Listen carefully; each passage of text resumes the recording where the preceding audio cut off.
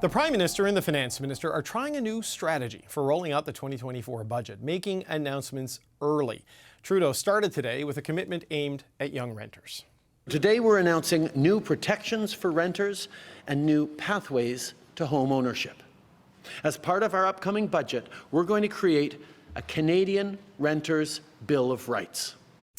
Will this new strategy help win over the Gen Z and millennial voters they talked about today? The Power Panel is back on that. Jordan Likeness, Tim Powers, Amanda Alvaro, and Emily Nicola. So, Amanda, early, specific announcements prior to the budget. One today, I think just childcare stuff coming tomorrow, and a bunch more over the next 2 weeks, really aimed at people under the age of 45, let's say.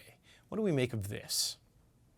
I love this. Kind of like slow clap for the Liberals. Hallelujah. Thank you for this decent communications strategy. Whoever thought of this one is doing absolutely the right thing. And this is why. We have been rolling out budgets the same way for decades, right? It's all in a shroud of secrecy, and then the news goes out on one day and you get your big one-hit wonder, and then you try to do something called echo announcements, where you try to keep these announcements alive for weeks on end afterwards.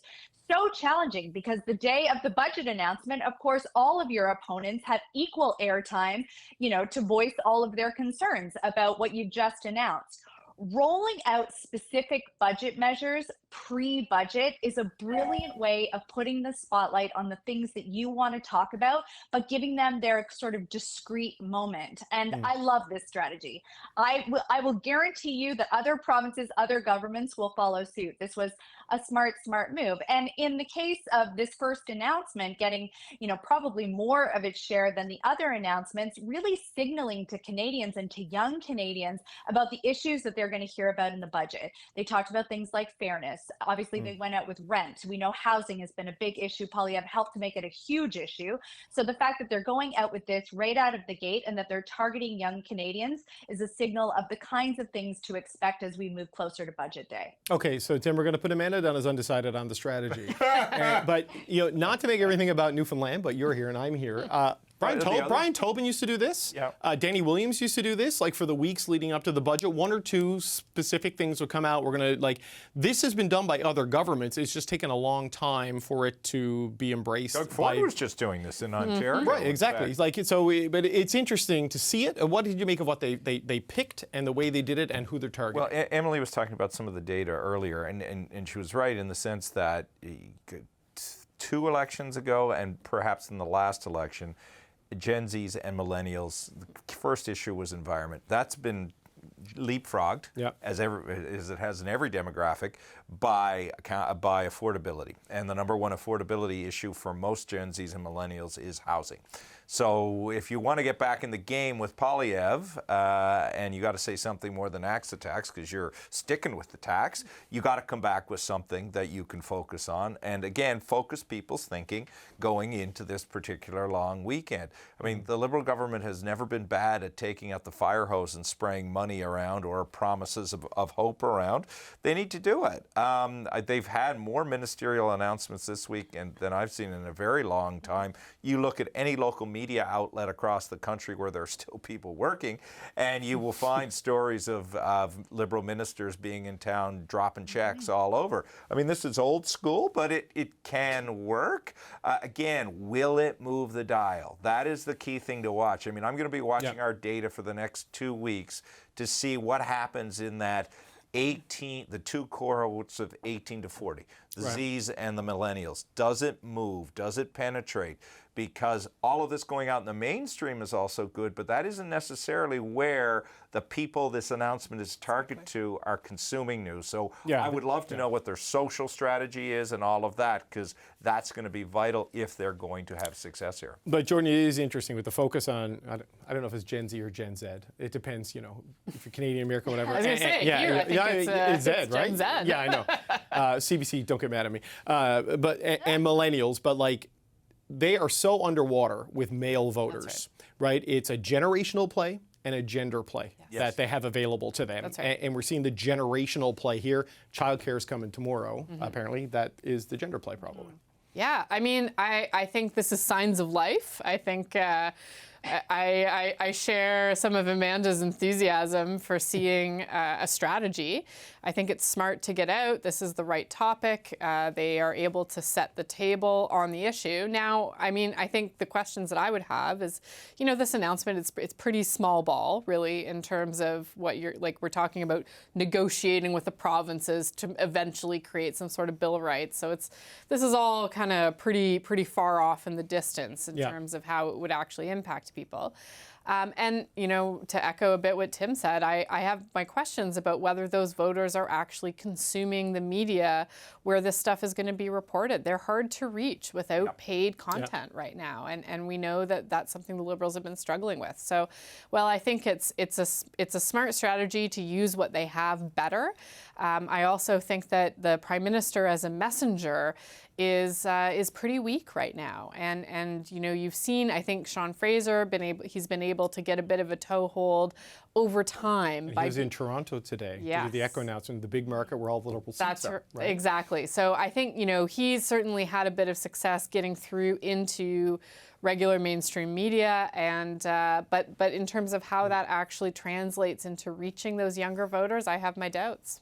Right. But Emily, to Amanda's point, that $15 million to help people fight rent evictions and things like this, talking about developing a renter's Bill of Rights, and the interesting thing here is the idea that your rent payments get included into your credit score as you go to get a mortgage. That if you've been reliably making rent, that might be able to help you.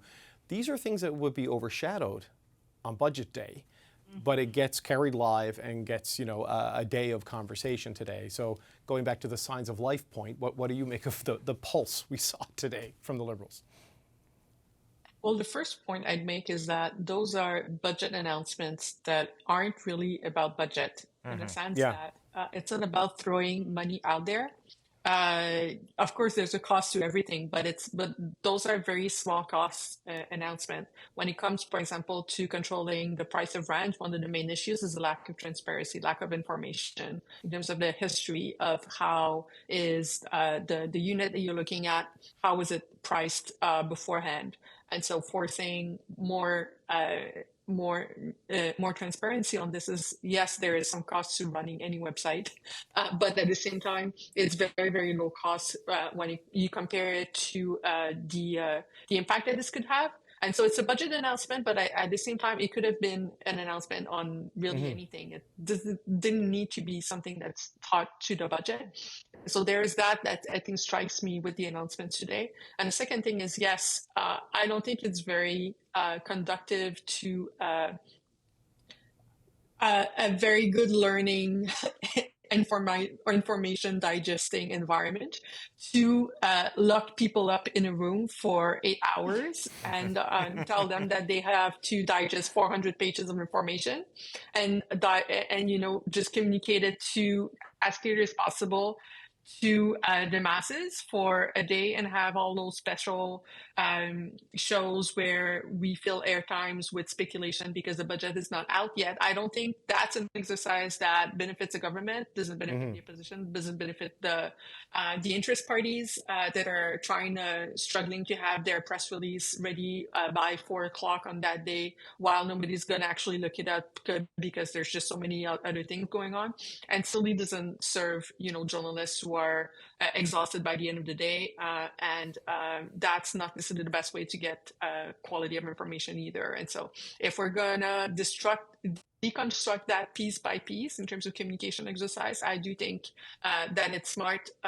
It serves the government, but I also just think that it serves the public in general so that we have more time to analyze and figure out which the decisions our governments are taking. Usually when you have an omnibus bill, it's because the government has something to hide.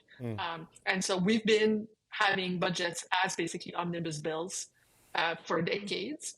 And if this communication strategy helps us pause and look at what is it that the government can hide in a budget because there's so many announcements in one day, I think democracy is served by having information, paced out in a way that people can actually digest it. Okay, you're speaking to my soul. As the guy who has to go into that budget lockup every year and try to understand $400 billion worth of spending and then race out, sit next to Rosemary and in 3 minutes explain the narrative of the budget. I mean, you're dead right. If it can be done in a way that is more understandable and comprehensible, I think that's good for the citizens of the country, Amanda, good for the journalists of the country, and the Liberals, I think, would hope it's good for the current government of the country, because this is very clearly, they're kind of, it's almost like a platform rollout. You know what I mean? They're gonna, if they do what we're being indicated they're going to do, it's plank by plank by plank building up to budget day, almost like you see during a campaign to match the campaign footing Pierre Poilievre has been on. For sure. And that's why this works, right? Because we're not losing, there's subtle things that they'll want to talk about within the context of the budget, or groups of individuals that they'll want to talk to, and those things get missed. They get buried under the big numbers, or under, frankly, the agenda that some of the other parties have to drive the narrative after a budget has been set. So to really parcel out some of these nuggets, especially some of these smaller announceables, give them the time to really share what it is, the core of that story. And I agree with Tim. It doesn't just come down to mainstream news, as important as mainstream news is, but also finding ways to dig down into how are these individuals consuming their news, and is it through podcasts, and how are we reaching them through social media? And that's a really difficult challenge for political parties, right? As somebody who works with brands all the time, a disproportionate amount of money is being spent on influencers and how we use influencers to disseminate messages on social. That's not possible in politics. So how else can you reach those individuals through social channels? That will be the next big leap, and we'll see a ton of that in the next election. Yeah, and by the way, you can get a curated version of this show on wherever you get your podcast, the Power and Politics podcast. But Tim, a lot of this stuff, just as a final point on rent and the things that they want to deal with, they need the provinces. Again. Right, and look at where we started the day, right? And now it's in their mutual self-interest to all deal with this, but so is saving the planet, you could argue. I mean, how quickly do you think they can get this done, and what kind of cooperation do you think they're going to get? Well, I think last time there was the federal government had a stick when it came to health care and daycare, in that they were a new government and they had cash. What's the cash component of all this, particularly as it relates to builds, and where's that money going to come from? Because you have provinces saying we have to provide infrastructure and services now. In other areas, if we're going to do this around rent, how are you going to pay us? The thing I would say, though, before we crown this as the sublime genius of a regenerated Trudeau regime, let's recognize a pattern here, though, too. There is a little bit of a pattern here. Remember, it's like we're back in the 1700s. These guys love bills of rights and codes of conduct. How's that grocery code of conduct going, by the way? Grocery prices are still going up. They're down a little bit in terms of the pace that they're going up, but they're still going up, right? So is this gimmick that will be seen for that, or something that can be substantive? And that's, again, a credibility challenge that the Liberals still have to bear. Sounds good, but what will it be? Some food prices are actually falling, but it has nothing to do with anything happening in Canada. It's all because of global factors. Jordan, you got a final thought?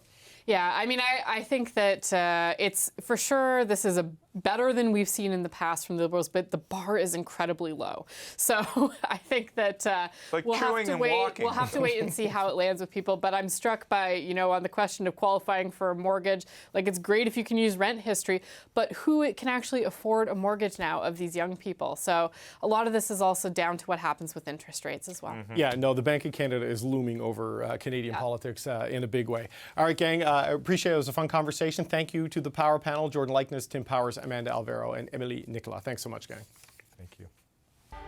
The Liberal government is starting to roll out some planks of this year's budget. Today's focus, rent. The government wants to launch a new $15 million tenant protection fund that would help legal aid organizations better protect tenants from unfair rent increases, rent evictions, or just bad landlords. The Liberals also want to create a new Canadian Renters' Bill of Rights. It would require, in part, for landlords to disclose a clear history of apartment pricing so renters can bargain fairly. And finally, the government wants to amend the Canadian Mortgage Charter to ensure that renters receive credit for the money they pay for rent over the years. Marci Ien is the Minister for Women, Gender, Equality and Youth. She's in Toronto, where she's part of one of the announcements today. Minister, welcome back to the show. It's good to be with you. How are you? I'm good. You're announcing these proposals. They're your ideas, but they're not entirely within your jurisdiction to implement. A couple of them are going to need at least the cooperation or consultation of provinces, banks, and maybe even some landlords. How quickly can Canadians expect to see any of this in place? Well, if the young people that I met with today are any indication, sooner rather than later. It really is tough right now, and I have to start there. I was just at Toronto Metropolitan University just before coming to be with you, and we heard from about 60 to 70 young people. I was there with Sean Fraser, the Minister of Housing, Arif Virani, the Minister of Justice, and they were talking to us about the things that they're facing. They are trying to get into rental buildings that they can't get into because they're priced too high. They are trying to struggle, some of them, because when you look at youth, you're looking at 15 to 30, have young families and they're going to school. There are all these different things happening, and the bottom line is that, you know, and I said this time and time again, it isn't about young people being window dressing. They have to be part of the solution. So we are listening to them, and actually they are taking the lead on this and telling us what they need, which is why you're seeing what you're seeing today. Right, but times are tough right now, but bluntly, times have been tough for a while. Especially when it comes to housing, especially when it comes to housing supply, especially when it comes to rental rates, and certainly now there's a mortgage wave coming. So like, these policies won't be in place for a while, just like the housing accelerator announcements are going to take some time to hit the market and do things. So it's a bit of a lag in when the problem manifested to what we're seeing. I wouldn't say that at all. I have seen so much change when it comes to the Rapid Housing Initiative. In my own riding of Toronto Centre, there are apartment buildings that I have been to, structures, there are restaurants that were restaurants before and are now housing, you know, families that have 3+ people in them. The Rapid Housing Initiative has done a lot. And as you know, this is going to take all levels of government to address this situation. Municipalities across the country, partnered with the federal government, have done so much. And this is just another tier. What you're seeing today is just another tier, and a focus, though, on young people who need a lot right now. And I have to say, it's interesting, David, there was a young man there today who was talking about childcare. And I looked at him, I didn't expect to hear about childcare today, but he said, I'm actually saving my child, our family is benefiting from $10 a day childcare. And now having, you know, tenants have rights, making sure that organizations like Acorn, who we also met with today, can stand up for tenants who are being mistreated by landlords, making sure that when people have a great rental history, which is important, that it matters and it means something when you're applying for a mortgage. These are things that young people care about. These are things that we care about. And as I said, we are taking their lead. This is just one of several things that are going to roll out as we lead up to the budget. We had two sets of numbers, though, today. One from StatsCan shows the population grew by over 1 million, and one from Canada Mortgage and Housing Corporation that shows that the number of home starts are expected to go down this year. And that's two key numbers. One flat, I think, is what we could say. Single homes, family homes, down by 20%. It's offset by a surge in apartment construction, which may increase the number of units available, but it's not keeping up with the pace, right? So there's still this overarching challenge. So I know this was about rent today. Yes. Are we going to see a lot more on housing between now and the budget and in the budget? I am confidently saying yes on that. We know that housing and affordability are top of mind for Canadians. It's what I hear every day in Toronto and across the country. It's what we all hear, and that's what we're addressing. I have to say, though, that, you know, we are dealing with, 30 years of inertia on housing, where the federal governments didn't really wade into this sphere. And in 2015, we made a commitment to do more. In 2017 and beyond, we most certainly did with different housing programs, and it takes time. And I know that that's not what people want to say, but an affordability crisis, a housing crisis, is not going to be solved in a day. But what I can tell you is, with the young people that I've been with, I'm just back from Winnipeg and then today at TMU, and that I've heard from, you know, for the past couple of years, there is hope. There really is hope. I've had people talk to me about the first-time home savings account and the fact that they were able to buy a house because they were able to save. It's going to take a lot of hard work, But we're on a path, and on a path that federal governments before us haven't been on, and we're happy to do this in concert with our provincial and municipal colleagues and partners. Well, there was a much greater role in federal role in housing in the 1980s in particular, but like under the Chrétien government, the Martin government, the Harper government, there was a pullback. There was a huge pullback. But your government's been in power for 8 years, right? And it's really taken sort of an interest rate crisis and this giant shift in public opinion polls to sort of bring an urgency to this issue, at least in terms of boosting housing supply. No, I disagree respectfully, David. This has been something that we've been working on for years, but it's housing, it's Indigenous issues and trying to rectify those things. There's so much work to be done. It is putting women and gender equality at the forefront and all that comes with that. There are so many issues, and we have been really dealing with all of them. Whether or not this is the issue that is top of mind, there would be, no argument. It is affordability, make no mistake, but we have been there and we continue to be there. The specific focus today from the Deputy Prime Minister and the Prime Minister on Gen Z and millennials. Millennials were a big part of the government's win in 2015, but a voting cohort that, if you read the polls, has been shifting away over the past year. This seems like a pretty clear start of a play to specific generations of voters to address their issues and try to pull them back. As the Minister of Youth, I talk to young people. I'm with them all the time, and we've been there for them and continue to be. It's about listening to what they need and acting. Governments aren't about just listening, they act, and that's what we're doing. I think about so many of the things. I mentioned I'm just back from Winnipeg and met with so many groups there. Some groups that help unhoused kids, some groups that help women with kids. There's so much in this realm, David, and we continue to be there. It's just that we are in crisis mode now. We've not seen crises like this in a very long time when it comes to housing, when it comes to affordability, but make no mistake, it's all hands on deck. And I will say my youngest advisors are my best advisors. Right. The Prime Minister was the first Minister of Youth. There's a Prime Minister's Youth Council, of which he leads, and I'm the Vice Chair. And young people have access to the halls of power, and we make it so because we don't only want to hear from them, we want to act on what they're telling us. And this today is proof of that. Look, I know responsibility for the housing challenges in the country go beyond the federal government, municipal governments, provincial governments. They all play a big role in this. But you just said an interesting phrase. You said we're in crisis mode now. Yeah. Governments have to manage crises, but also avoid them. I mean, do you think all levels of government, including your own, have done a good job of seeing what was coming with the high population growth we've had over the last 8 years and the low housing growth we've had over the last and avoiding what is now a crisis compounded by the affordability challenges and the interest rate challenges? It's such a great question that you ask, because as soon as I thought crisis mode, I thought about when I was elected, and that was 2020, and we were in the middle of the pandemic.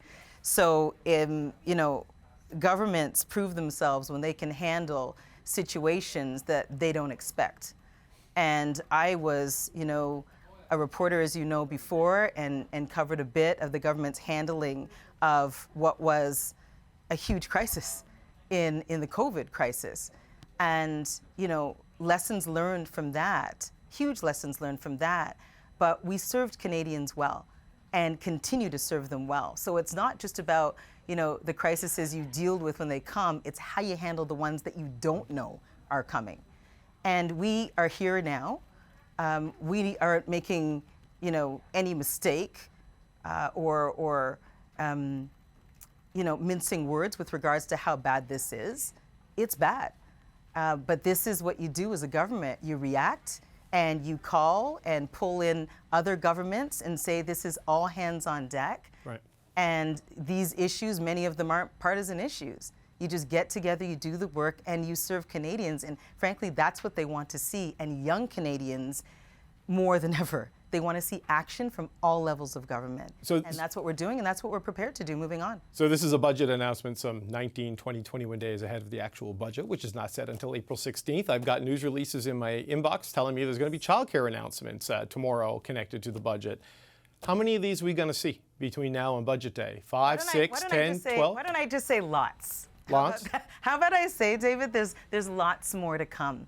And I do think that there's something about bite-sized pieces, about letting Canadians know what's coming and understanding, are they engaged? Is this something Canadians care about? What's the reaction? That's what, the town hall with young people was about today. How do you feel about this?